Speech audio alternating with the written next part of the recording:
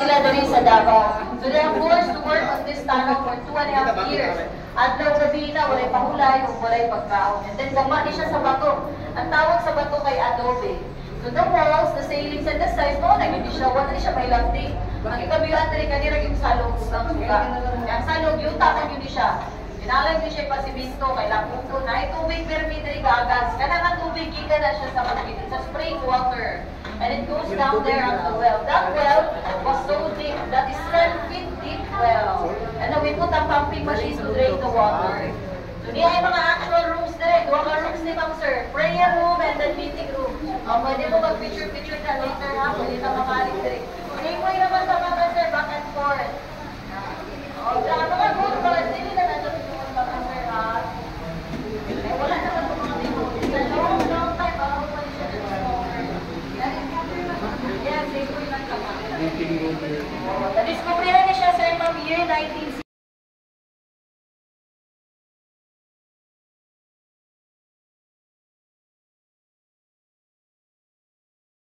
Gold bars here, gold inches, gold bars, gold bars. Mga tala mo, asa na to, as usual, the government officials in the Japanese program, sila nagtuwa-tuwaan.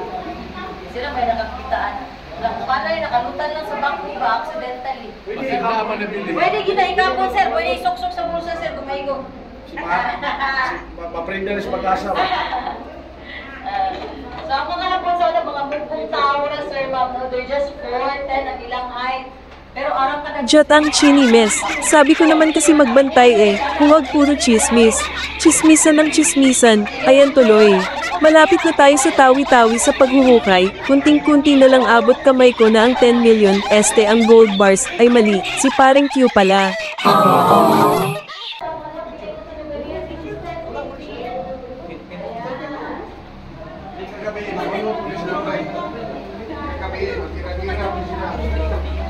Asa na to si ano? Si Owie.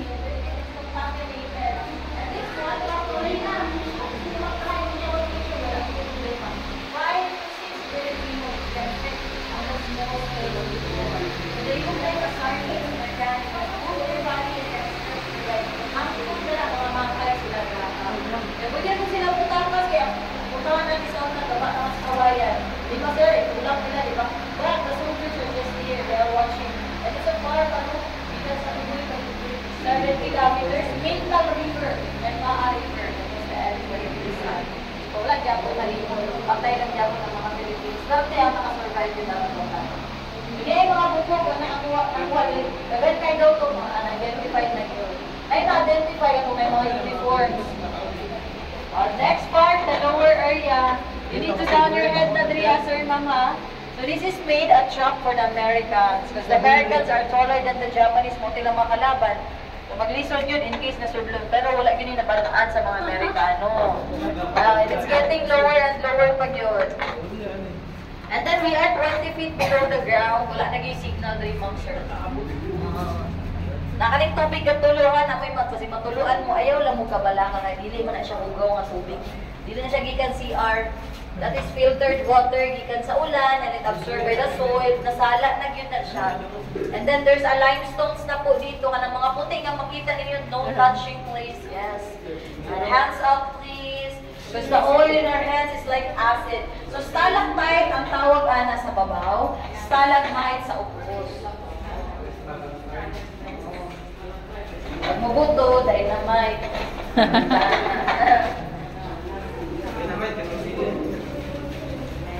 Suka nila sa una, sir, ma'am, ha? Ang gamit nila sulok, torch.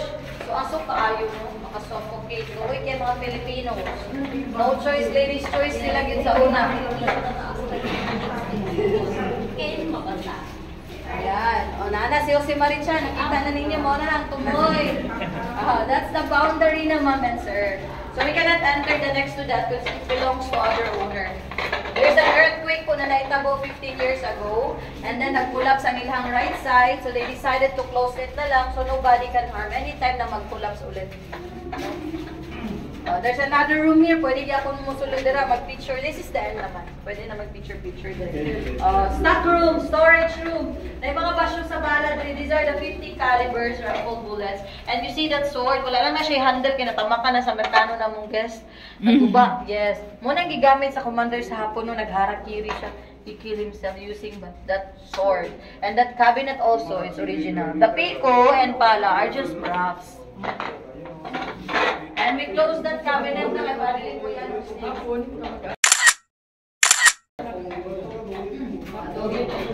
This one naman, wishing area na lang. You know naman, kita mo mga Pinoy ng tubig, nag-wish. Nag-take points. But mo, hindi lang na-preserve sa ilang part. Ang office sa commander, dira itong short na butang sa una. Ay mo lang gikuha ba kayo noon, pasudlan. Dira siya nagpakamatay sa iyang office. And then the sides, mo ni Paminta River and Pamaa River. Mo to ang nag-collapse ang right side. So naman, masudlan na. Yes, masudlan na. 100 Sos, meters mo na naarawan ilaha, di sir. ay ka diha pareng Q, pinahirapan mo pa ako mag-wish. Oh, ba't puro points pareng Q? Akala ko ba 10 million? Lungkabo na to na. Paisting inatay, oy. Nagkanda sugat-sugat Akong na kamay wish kay ko. ko, anong Points lang pala. coins? Diyan ka na lang, na-stress na ako sa'yo. Picture na lang tayo. Last na yan, sir. Di na tayo makapasok. Kasi it belongs to other owner na kasi. Darado na nila kasi nag-collapse na eh. Natakot sila, makabayad sila ng milyones, buhay yung mawala. Oo nga.